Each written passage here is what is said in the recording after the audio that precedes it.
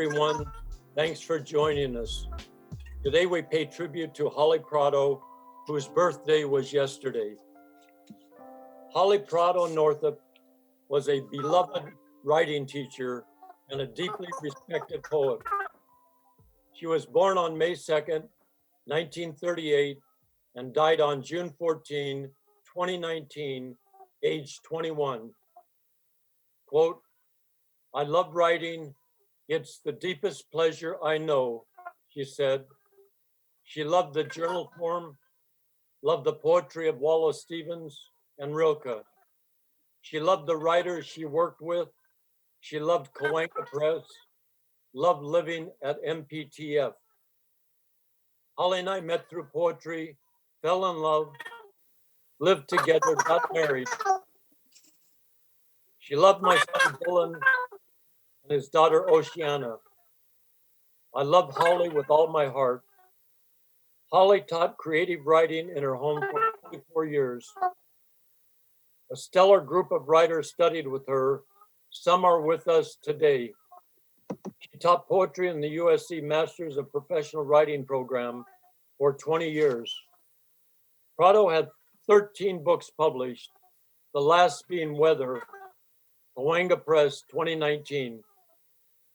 Holly's poem, Bread Worth Eating, reads in its entirety, quote, "When I came alive today, there was no one to forgive, not even my own courage. 10 years to learn a craft and then perhaps one useful bowl. She was a wonderful poet and a radiant, beautiful woman." The magnificent readers, poets, and writers all were loved by Holly, and each one had a remarkable relationship with Holly. They are, in order of appearance, James Cushing, Phoebe McAdams, Susan Hayden, Allison Thompson, Cecilia Wallach, Laurel Ann Bogan, Barbara Crane. Here's James Cushing. Thank you, Harry. I'd simply like to begin by saying that any opportunity to be associated with Holly Prado's legacy is a great, great honor. And I thank you for including me in it. Word rituals, 1. The word in the middle of the body. The word in the closing eye.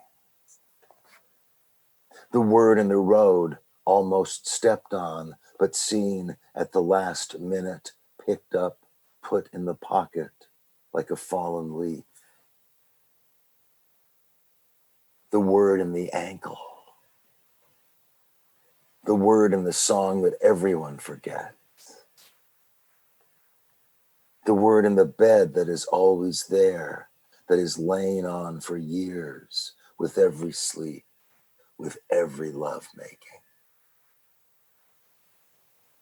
The word in the dust behind the furniture, behind the unused pots and pans, behind the stove, behind the wall, behind the night. The word in the collar of the man in the black suit and the dream of coughing. The word in the lock on the bathroom door. The word in the bark of the 2 dogs I never see, but they always bark. The word in the photograph, which never moves. The word in the backyard of my childhood house, where I buried an egg to see if it would grow. The word in the speech making that is the silence after the speech.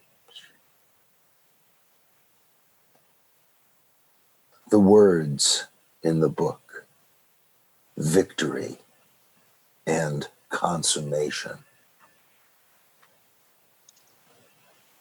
The words in the other book, teaching and nature. the words in the third book, blindness and imagination. 2, the word in the silence in a long lunch with a woman I do not call mother, yet she is something older, and I have known her long enough to ask what is the best and worst. That word without social necessity, but only to ask, who is this woman in the silence, in the turning of her head a little way from me until she can answer. The worst is her own mother who lived too long. The best is a journey into country powered with vines, with age, with nudity, with covering nudity, with my saying, you need your own life. And she nods, and there is the sudden death from a fall. The word between us in the silence, which helps us fall, hurt ourselves, talk of how we don't know the purpose, talk of the final silence. The word in her hair, in my hair. We do not have long hair, but hair that fits our heads, and there is no way to cover the nakedness of lines throughout our face. Those lines that are vineyards are all the stories of what takes a long time to ferment. She nods. There is no word for the time we spend away from each other, thinking about the past, thinking of the man now dead who introduced us to each other. We lean across the table to think into her talk of land, my talk of imagination, thinking and talking and not saying the word that draws us to each other, though there is no reason for us to be eating now, no reason for us to know each other longer than we knew my father, her husband. Her mouth tries to remember something, and I see it move, and we decide to say children, mortgages, map. My mouth tastes the wine, the fish, the bread, and though I do not look away or down, I feel the fall in the unspoken word, into the one desire that we both have to continue meeting like this, unable to speak everything, yet hoping, yet silent. The single word. It is not how I kiss her goodbye and smell her bedroom, her ear, her name, my name. It is not our names, certainly, but a word that doesn't rise except to say that something is not dead. Something is shameless and open and nodding as we nod to one another through the whole lunch. The word mystery means closed mouth, and perhaps that is all I can say, all I need to say.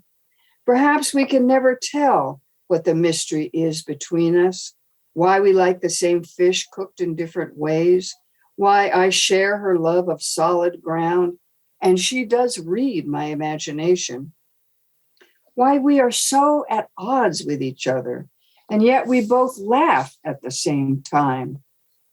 Two women in the silence of laughing. That will have to be enough as I kiss her and thank her, and she says, we'll do it again, soon. Word Rituals 3. The word in the ice in the glass of water. The word in the stain that appears on a white dress in a dream of burning. The word in the temperature dropping 20 degrees after the sun sets.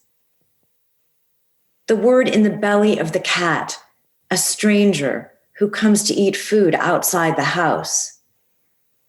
The word between the toes. The word that runs along the border between countries. The word that tastes of two things at once. The word that sits in the wine as the wine grows older and older, darker and darker. The word that is the color between the tongue and the mouth. The word that apologizes to the dead flowers. The word that opens the gate when I'm nowhere near the gate. The word that remembers everything all the time. The word that turns my head so I miss the most important moment. Word rituals 4. The word in the meadow, though there's no meadow here, only ocean and smoke of last night's fireworks.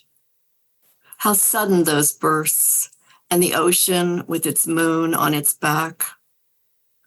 The word in the meadow, though, the place where I go to lie down, as I did lie once, as far away from houses as I could run. And still so far away, searching by closing my eyes. I do not see easy cotton aprons, but insects and grass like fire against my legs. My meadow is in a dream, medieval, filled with marriages of heat to glass, silver type to its printing machine, food to ripping clothes, lack of money to an oven carved in a wall. The word in the meadow with my eyes closed is so far from aprons that I fear it. Fear the word that might keep me with its beauty from the ordinary day, the actual temperature of things.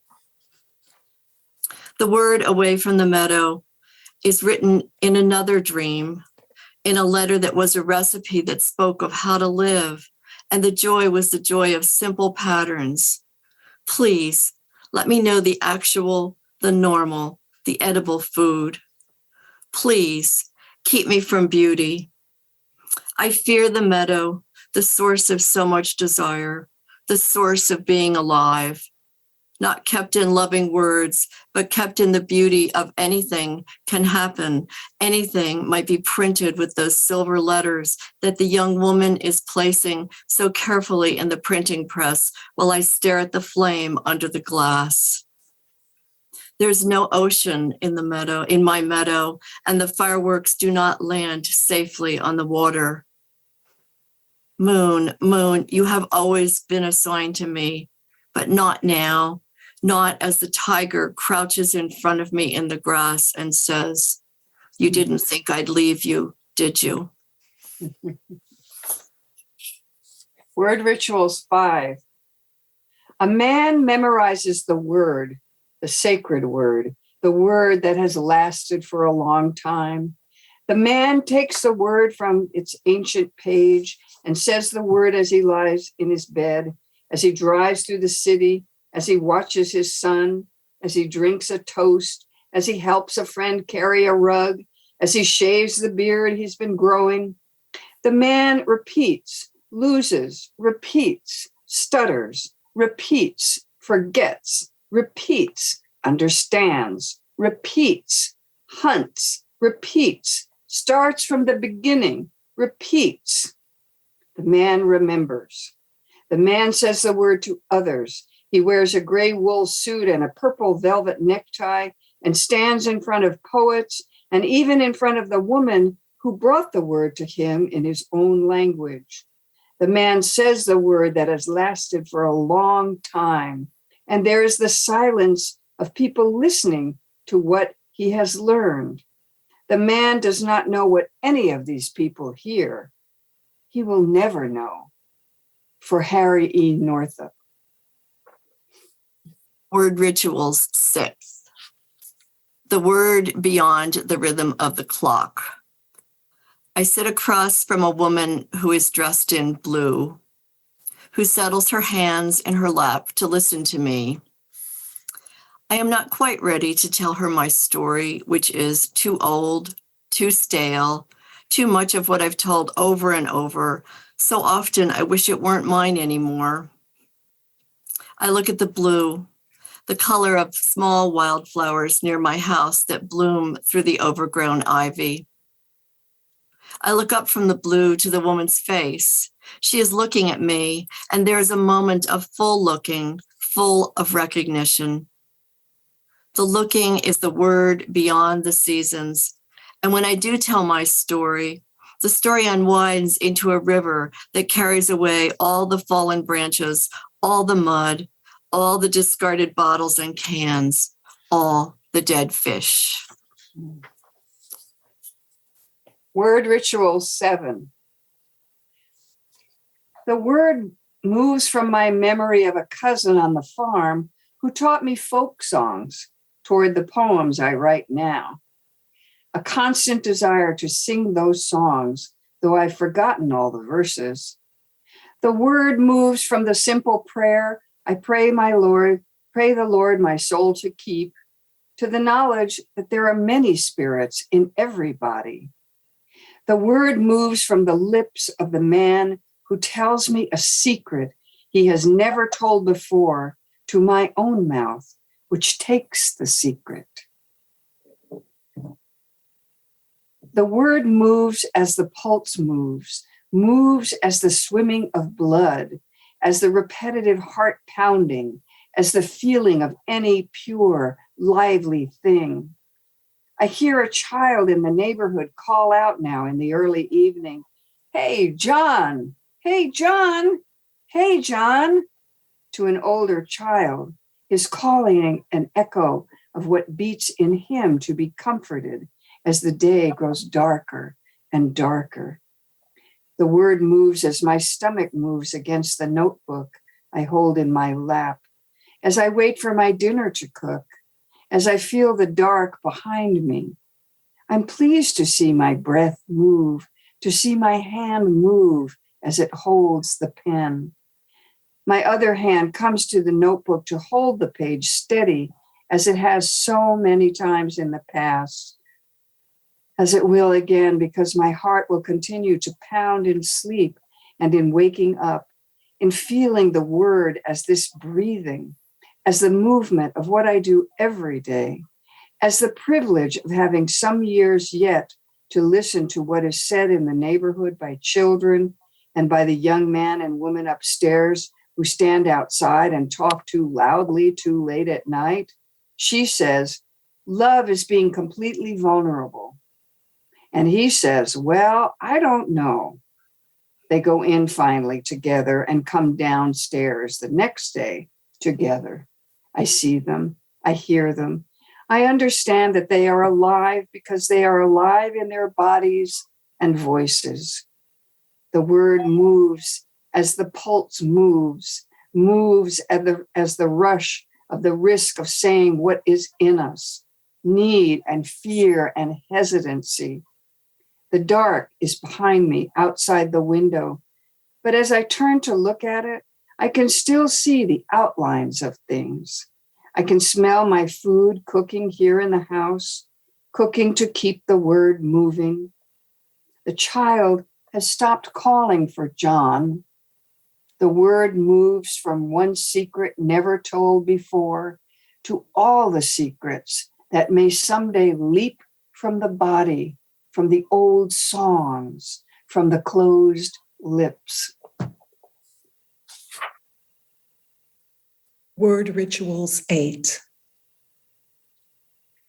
The word beyond decay in every inch of the floor where I walk, where I pick up the word on the bottoms of my feet, where I carry it from room to room, where it moves through my body but doesn't say itself, yet is returned to me by the man who walks through the house too, who meets me, who recognizes the word and kisses me. Plants rot. I drag the old leaves of the lilies from their stems, tough brown arms, these leaves, and I set my teeth together and pull.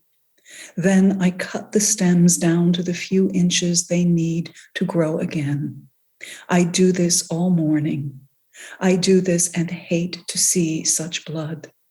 I feel death in my hands as the torn arms of the lilies. I can't avoid touching these arms, but I hurry to throw them away, to concentrate on how clean and satisfied the short-rooted stems look in the ground, in the promise that next year there will be white blooms as tall as above my knees. The word beyond decay, beyond power, beyond enemies, beyond rejection, beyond regret, beyond what we try to make of ourselves.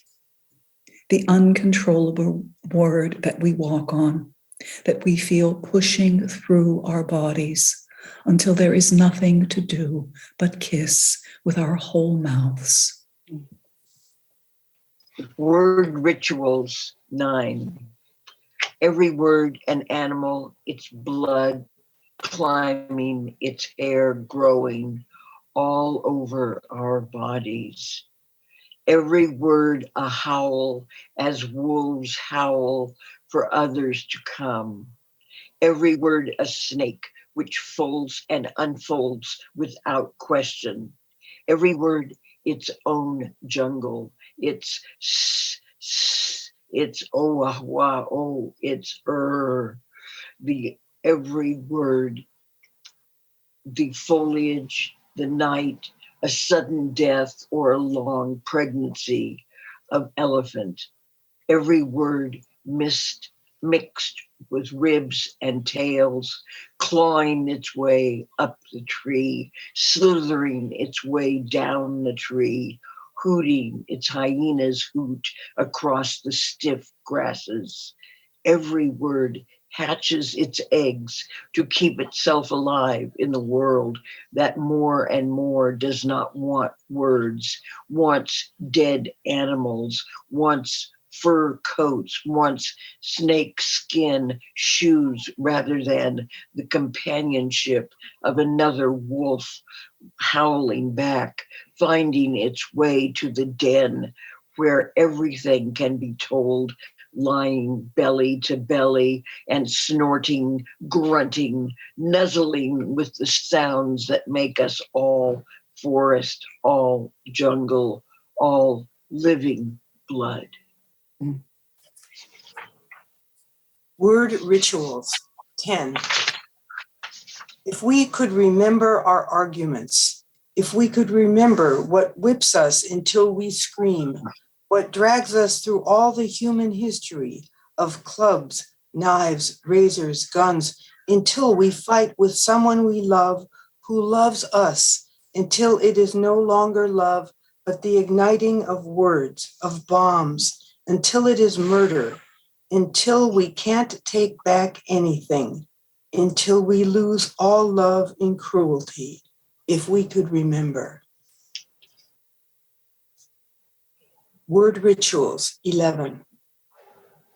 The truest word, it is never said. It hums behind me as I watch myself speak, staying as honest as I can, but never saying the word that would open everything. Words as I know them make sense. I ask them to explain love, boredom, loss, pleasure, work, greed, fear. But the one unsaid word explains nothing, simply opens so suddenly that it has to be entered. And then everything is gone. Everything is fresh. Imagine to look at the cut on my finger and to see that it is pulling apart even as it heals. To look at my collection of stones, of pens, of candles, of shoes, and to see the planet Venus 26 million miles away. To look at the papers in the trash and to see goldfish circling their pond. To look at the mask of a vampire on my wall and to see a sister. Word rituals, 12. The word begins in the dark of the body, begins in the first one who ever spoke. The word begins in stooped weather thousands of years ago, the tongue crashing itself against teeth. The word begins in the ancestors who all talk at once in our dreams, who carry language from one country to another. It is cold and many freeze to death, but those who survive, who have the steadiest blood, who have the strongest tongues, carry the word into what they have never seen before.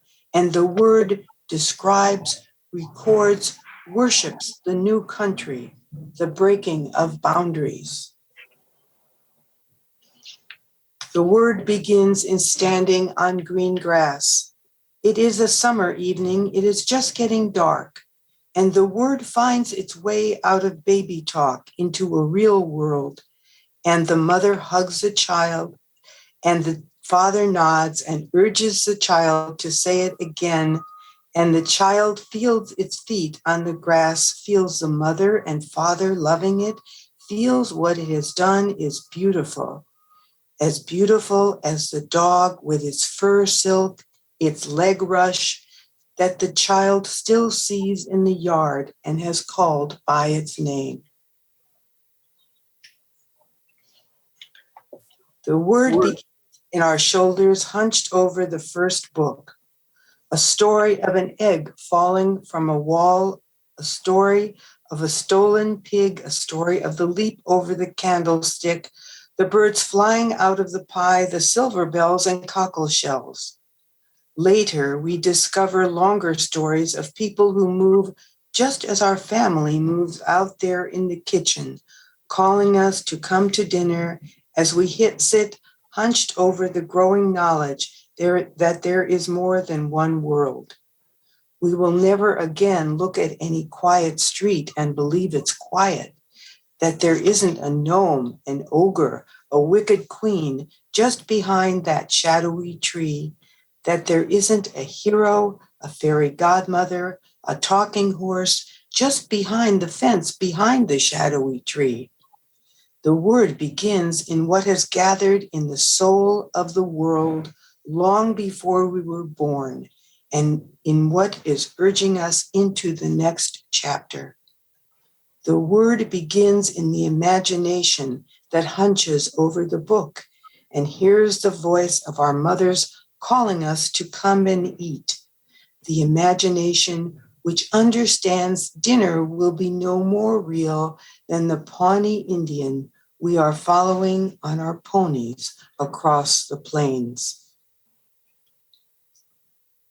The word begins in wind that rises and speaks through the trees in front of our cave until there is nothing to do but answer. We cannot see who speaks, what face the wind has beyond our fires, our cooking pots, our bone cups, our children huddling in our long arms. We cannot see wind, yet it has the voice of someone who wants us to listen.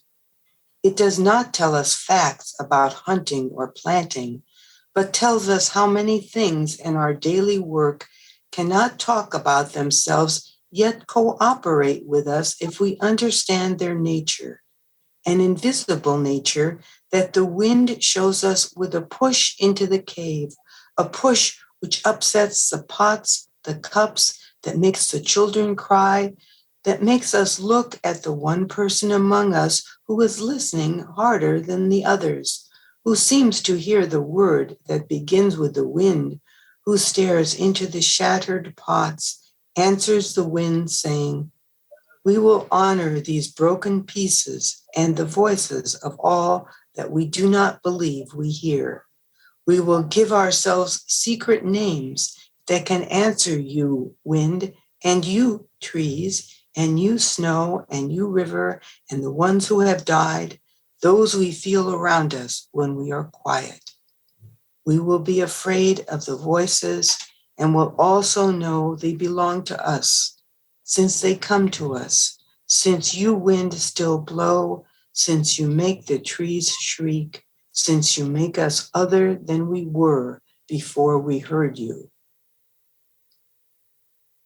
The word begins in the dream I have even now, even this long way from the wind in the cave.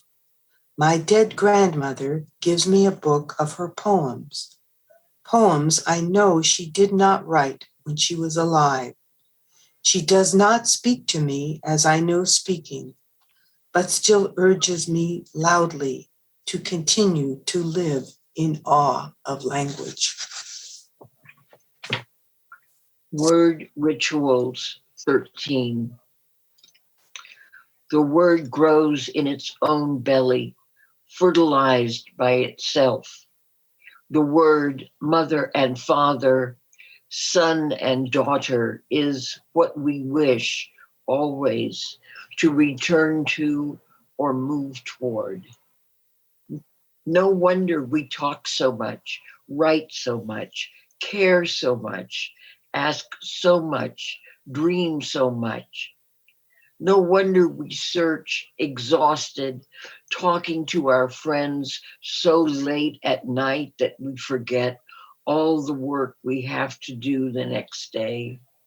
No wonder we shake at the fate we live, to know the sex we are and to know the sex we are not, and to know that the word is both tender and unforgiving, is both milk and responsibility, is both receptive and stern, is both sanctified and obscene, is both ritual and surprise, is both animal and meditation.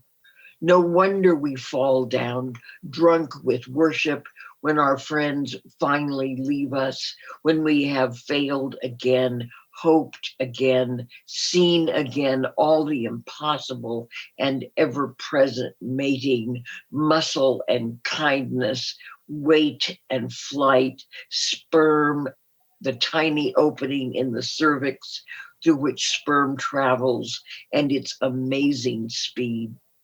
A moth circles the room, not knowing anything, but living this too, without even the promise of how to say it.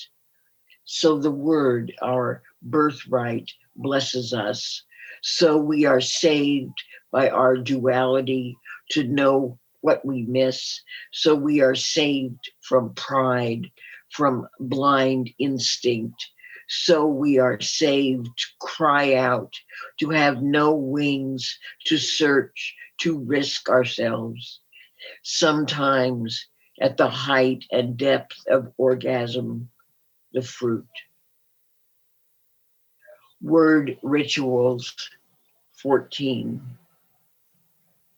Every word is as ripe as pears that yellow in the sun until they are irresistible, must have thrust into the mouth bite by bite until the body knows is pear, until the shape of everything is a sound louder than any single season.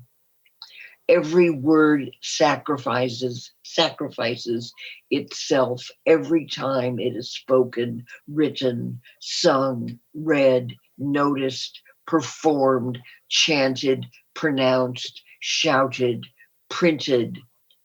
Every word needs help. No word is a definition. Word rituals, 15.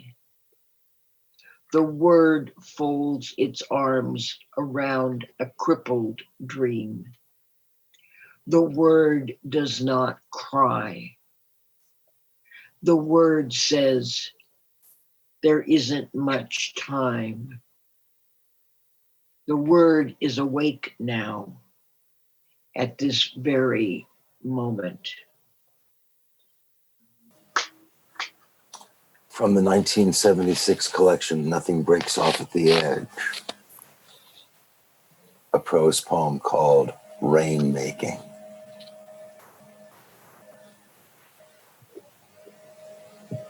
Someplace in New Mexico, I slept for 12 hours in my sleeping bag in the back seat of my car in my clothes. I woke up feeling clear and rested. The sky was pink, and I ate a piece of cheese and a lot of crackers. When I got to the rest area with John, a woman and her little girl were there. The little girl had brought her doll in to pee, too. The mother had a change of clothes on hangers and was washing up. She was taking care of what needed to be done. Women know how a clean shirt gets dirty, how food gets eaten, plants and moons live and die. I drove all day toward Los Angeles. All of my feelings were religious. Mother Mountains and ghosts of Indians, Geronimo, Cochise holdouts marked along the road. There was a dead animal, too large for a dog, at the edge of the desert. He was still bleeding. I couldn't help looking at him. For the whole trip, I felt that I was giving myself up to a cycle of some kind. I didn't understand, but I liked living it out. The sense of larger ways outside of the city. Even the ritual of driving seemed to fit. Shifting gears, passing trucks, stopping for gas without getting out of the car. All a gathering of symbols that I didn't recognize, but felt was dictated and important. Like that woman who says Beethoven visits her and composes music through her. I had seen my friend JB in Alamogordo, New Mexico for 3 hours. Then I got in my car and started home again. Why 800 miles for that? An excuse to be on the road with my symbol self woman? I've never wanted to just give myself, hand myself out, and I've always kept some stuff for me inside. Women are protected by their menstrual cycle. When they menstruate, they aren't required by the tribe to respond to sexual demands.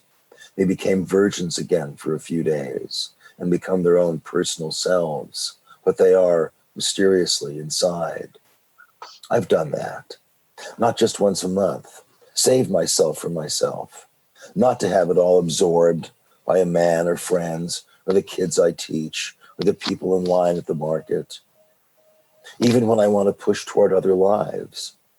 When my husband and I split up 6 months ago, I wanted to start giving again right away.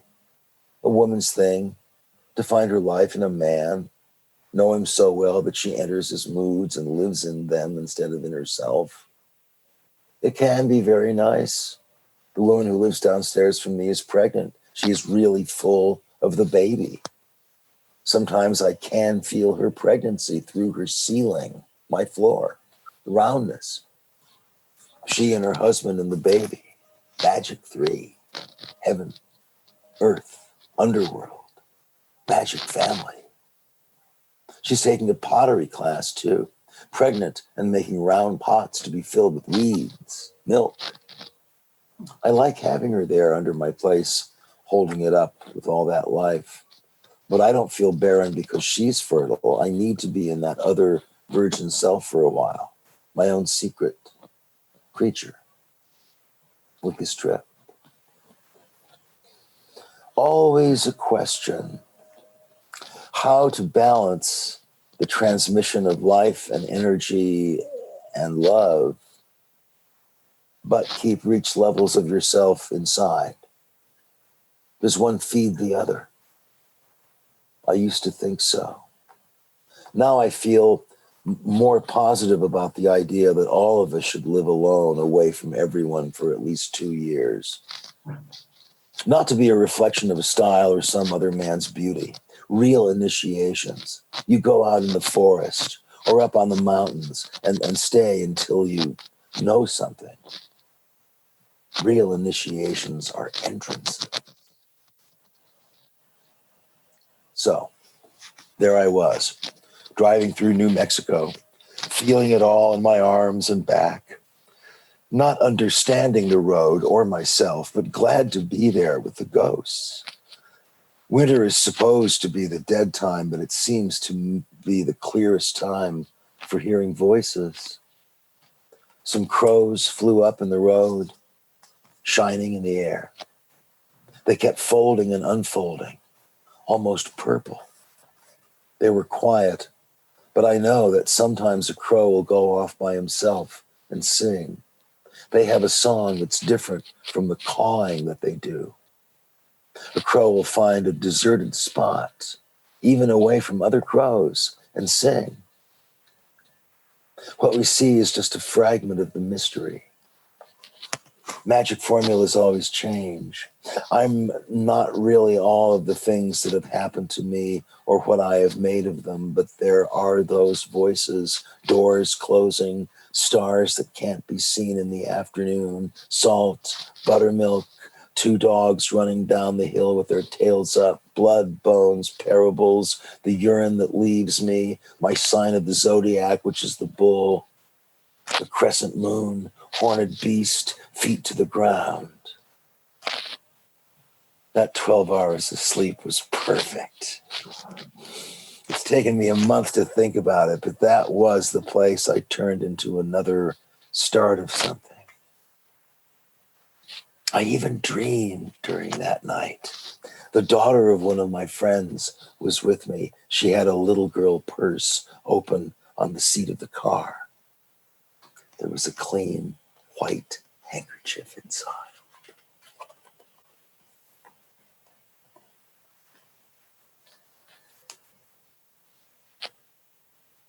Climate, a letter for Harry, 1978. The long drive, the long evening, a car, a moon, this coming home to go to bed without washing my face. Summer, no socks, your tall body around me as the moon approves. You want to talk and talk. There's a moment when either of us might get up and eat something or to drink one more glass of wine. That becomes staying where we are. Your mouth passes into my mouth, into every mouth, into the rhythm of the freeway that we've just abandoned. To be home, to have turned off the headlights. And now you say that sometimes you only talk about things because you're afraid. As we turn our mouths to each other, we share all danger. The sudden deaths of cats not fast enough to get out of the way of the traffic. The vicious intruder who might hold a knife to our throats while he takes what he wants. We give ourselves up to fear and kiss it into even more risk. We enter the first full summer we'll spend together. Drownings could occur, but the moon controls the tides, and there's more grace in her than we realize.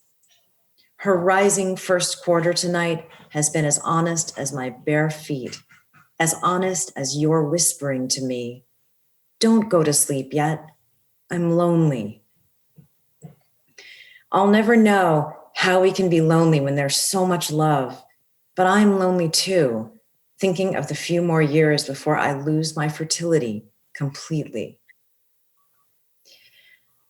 A long drive and its ending, its way of stopping in front of the house. I delight in this bed. I choose the color of the sheets to please you. We wrap ourselves in them and we whisper and we make love in the sound of the wordless moon.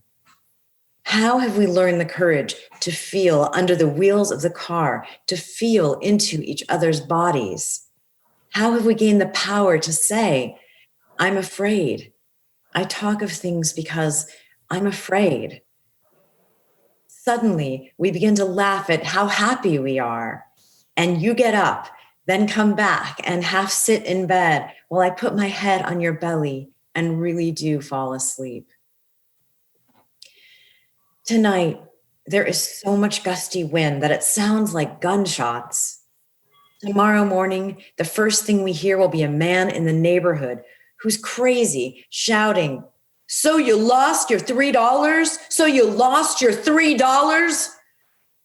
We'll make love again then, to help the early hours ease into the room along the bamboo shades that anyone might see through if you tried to look between the slats. We'll taste the same mouths we had last night, remembering that we didn't die on the freeway. Summer, open shirts. The ocean comes with its knowledge of how months roll to one side, then to the other. Oh, Harry, let us always be afraid. There is so much to live for when we know the possibilities. The tall, upheaving one. The cypress that I pray to, it can fly. Nothing is a single species. We're made of bark, then avalanche. Orpheus can make us anything, can make us God's own door. Cypress or oak or black, to be accepted there across the boundary, as when I leave the house this morning, walking, nothing painful in my legs. I tell misunderstanding, this is our last year together. Then I see just up the street that planets are our bodies. Their mouths slam through my wrists. I was a child who practiced jumping from the top of anything right into the air. Music was a swirl of vines and leaves that left my throat.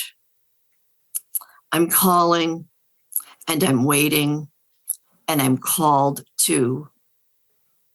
This black, the pure unknown which finds its way, exactly like that song you can't get rid of, the one I start with now and won't give up.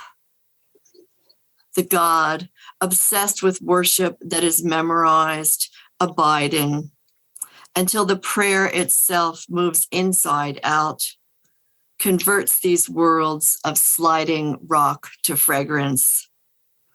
I'm calling, and I'm calling, and I'm called.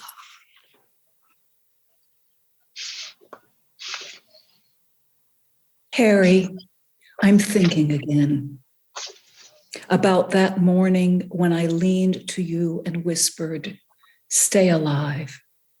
Clear August sun fed the room. These present August days, I'm reading my old journals, gathering, then letting go. Great moments, though, refuse to be released. New morning, early love. Isn't memory but spine, holding me in place. Light came with us everywhere. You and I have gotten through a lot of days that weren't our best, but ones that were. Your Havenhurst apartment, and later coffee as your little boy was waking up. Those days have made me restless, bullish, into a patient woman. I'm always sure the brightness will return. I'm saying, stay alive this minute, and I mean it, just the way I meant it years ago.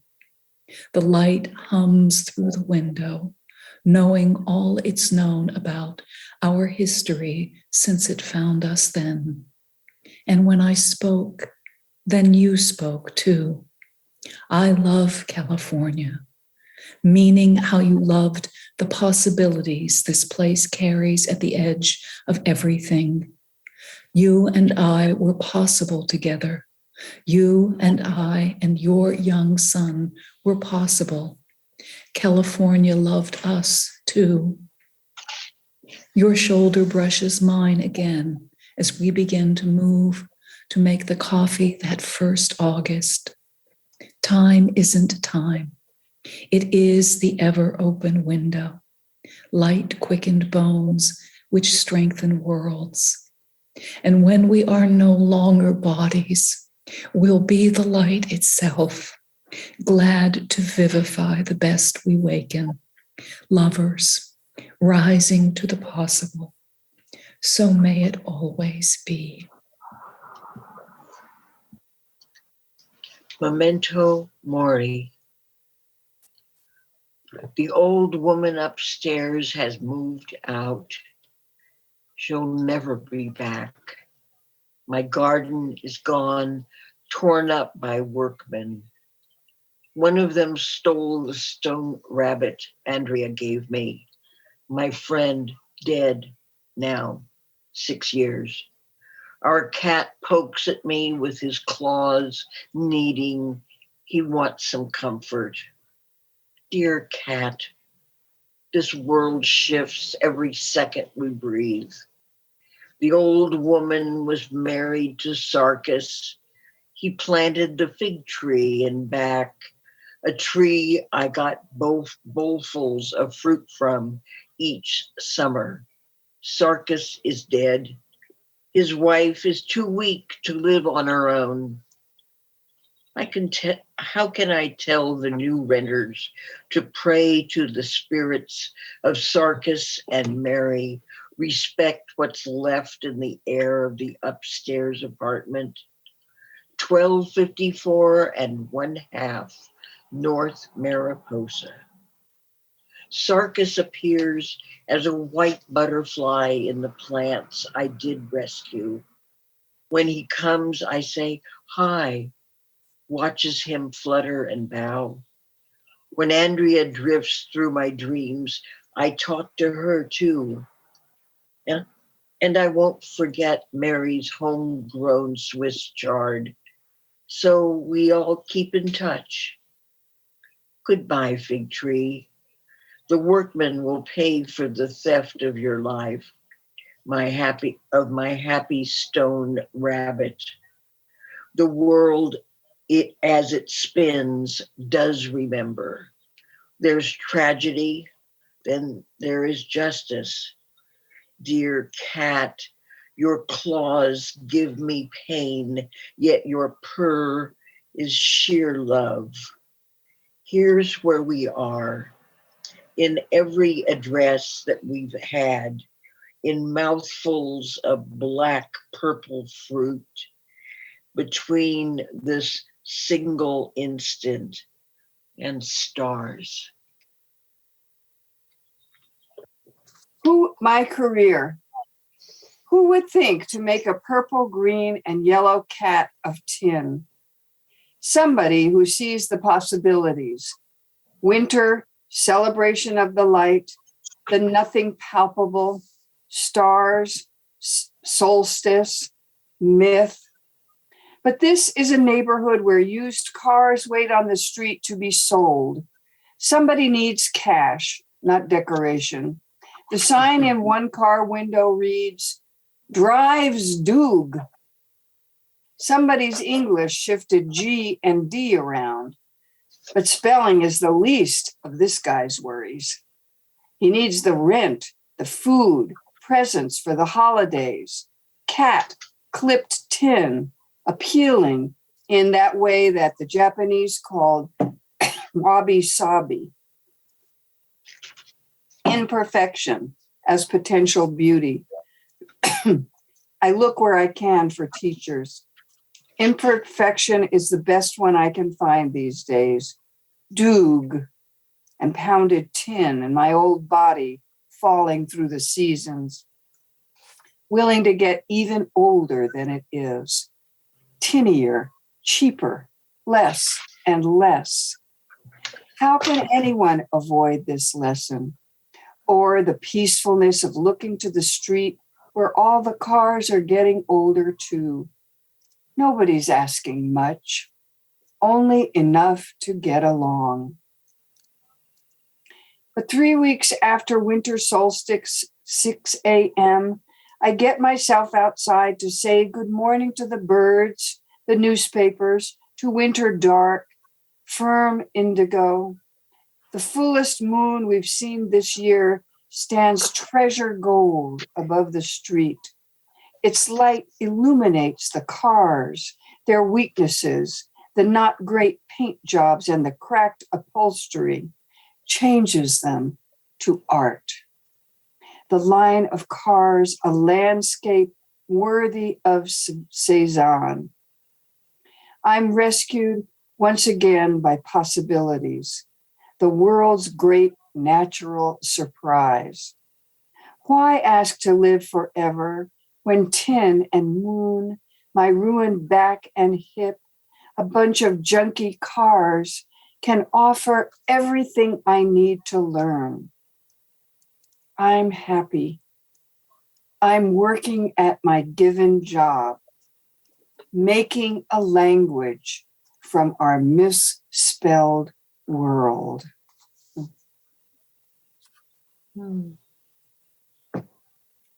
With lemon, with asparagus. I take morning as my time of day, breakfast, gratitude, but in the past few years, the window view at 5 p.m., then 7 o'clock, has shown me dying as it's meant to be, gradual decline.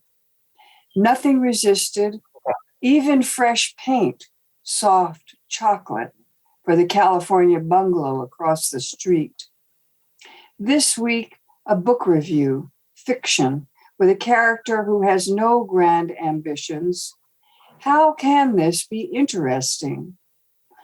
But in the detail of her young first job, those products on their shelves, each by each, with prices, our fascination with the daily litany.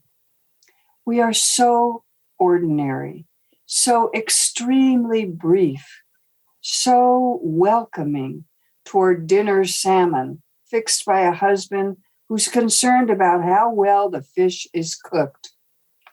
It's perfect. Today, I've paid attention to my necessary work, and too, the grocery store has been abundant. This is the season when ripe strawberries taste like sugared light, globe-shaped. Here is our world, our fruit, our neighborhood. The intellect adores good literary criticism. The soft, full belly wants that view outside the window of a freshly painted house set against the waning sky. How can this be interesting? Because I live its details, its variety, its generosity, its failures, and the soap I use to wash the dinner dishes. Here's our agreement. Whoever cooks doesn't have to do the dishes. Whoever does the dishes knows the clean, drained plates will be there when it's time again for breakfast. Dear heaven, how I love routine. And finally, love release from last week's invasion of self-doubt, insistence that I give more than I can.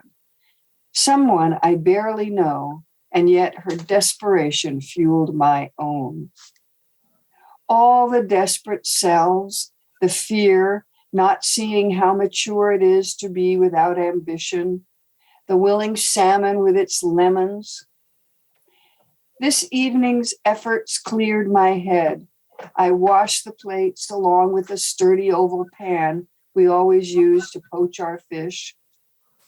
We are repetitive and ordinary, and we're the best work we can do. To you, my desperate woman, I can only offer dying in its gradual, its lovely graying sky, the taste of short-lived strawberries.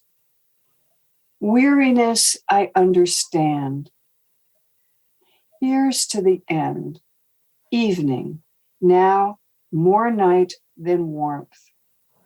Still, though, there is this food, what's left kept in its own container for tomorrow's hunger.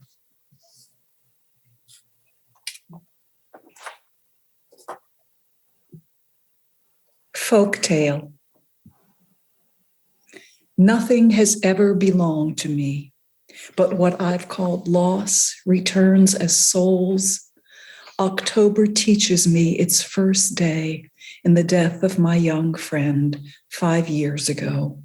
Her tumored hands failing, shaking. When we talked of breath. Deeply, more deeply, breathe more deeply. The breath was gone, but not her myth of cures. October.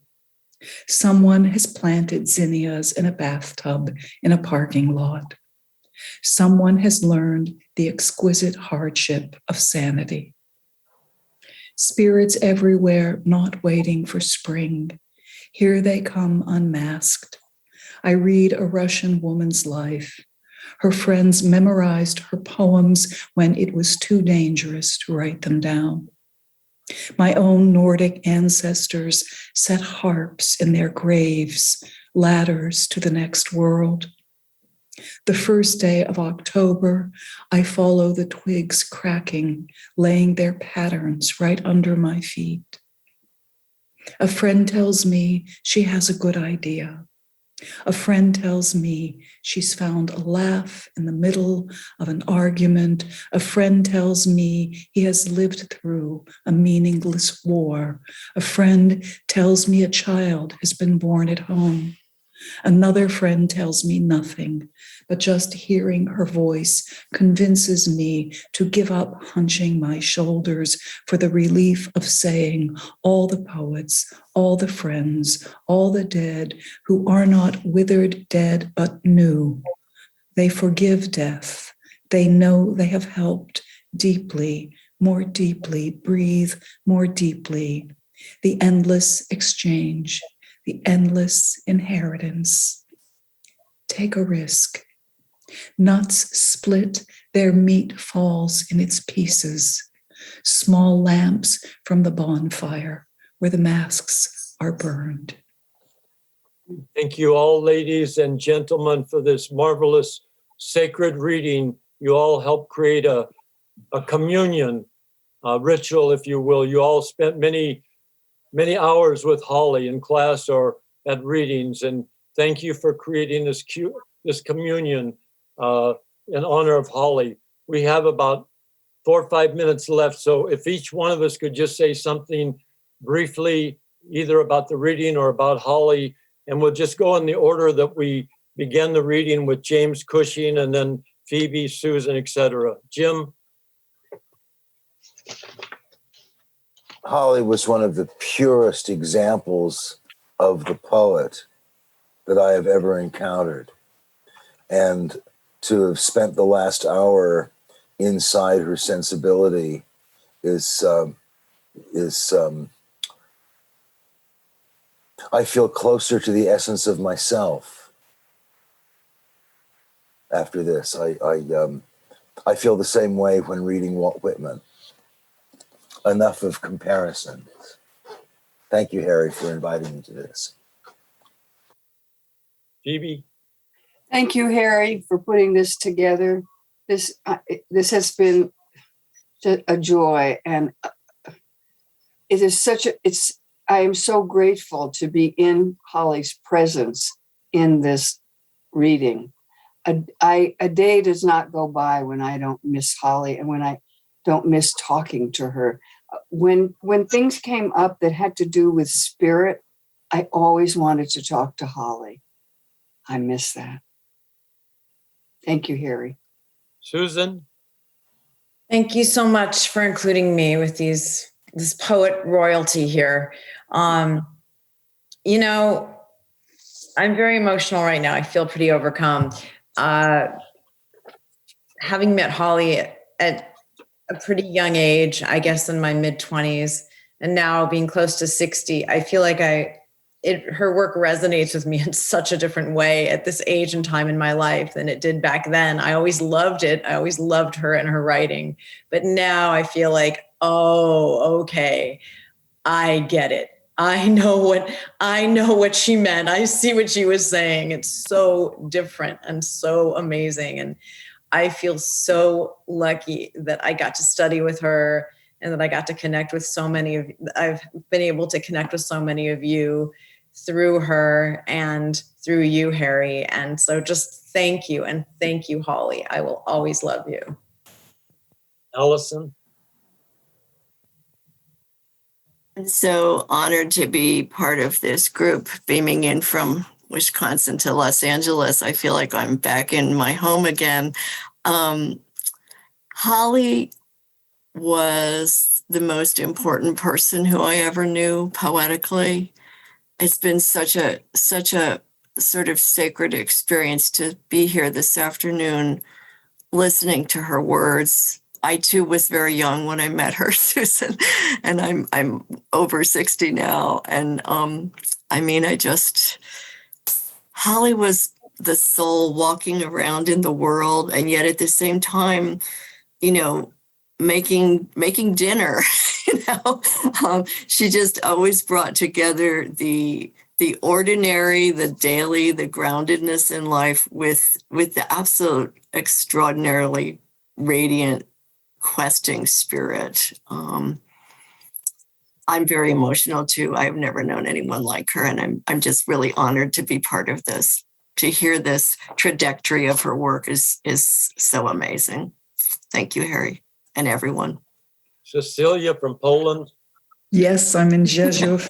My map is behind me. Thank you, Harry. It's not only that you bring all of this together, but you curate so beautifully all the voices of Holly's voice. You know, you just make such wonderful choices about who will read when. It works beautifully, and it's what I'm most grateful for is that, you know, it just, Holly was, she felt so close again. She always feels close, but just physically close with these words. Some of my favorite of all her poems. So thank you, and thanks to everyone. I loved hearing everyone read. Laurel Ann. You know, it's so difficult for me to believe she's not here, because hearing her words read by people who knew her and loved her, it feels like she's here. And in so mmany ways, you know, like when I'm on Vermont, or, you know, like at the restaurant where they, I can't remember the name of it now, where was it Figaro that we had the great lunches together, and she would always buy my jewelry when I was flat broke, and she was such a presence and such a big heart, and I always kind of, it was a wonderful experience today.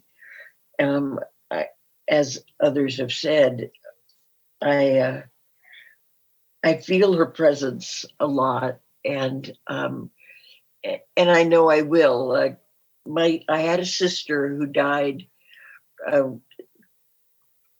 few years ago, who was about the same age as Holly, and so I often, when I think of Holly, I also think of my sister Sharon, who I also did not have enough time to be with. So I thank you for, you know, letting me read Holly's work, and also to be part of a generation of people that mean so much to me. Just thank you, Harry, and everybody that was here today. And our last person is Barbara Crane, and she and Allison, I think, knew Holly before any of us did. So Barbara Crane. I also feel overwhelmed. I share with you also the feeling every day that I would love to see her, but being here with you all today has brought her back, of course, with her full force, and practicing the poems. I wrote to Harry the other night that she opens worlds for me. And as I read the poems over and over again, more worlds opened, and I understood her. Susan, you'll appreciate this, as I never did before, and always did before. I thank you so much for including me. I thank you so much for having us perform this reading. And I just want to end with her line, "I'm calling, and I'm calling, and I'm called." Well, thank you all, and thank Maggie Abbott, and thanks Jennifer Clymer. It's been a real sacred honor. And so thank you. And here's Maggie Abbott. Thank you very much. Thank you, Harry, very, very much. It was so beautiful.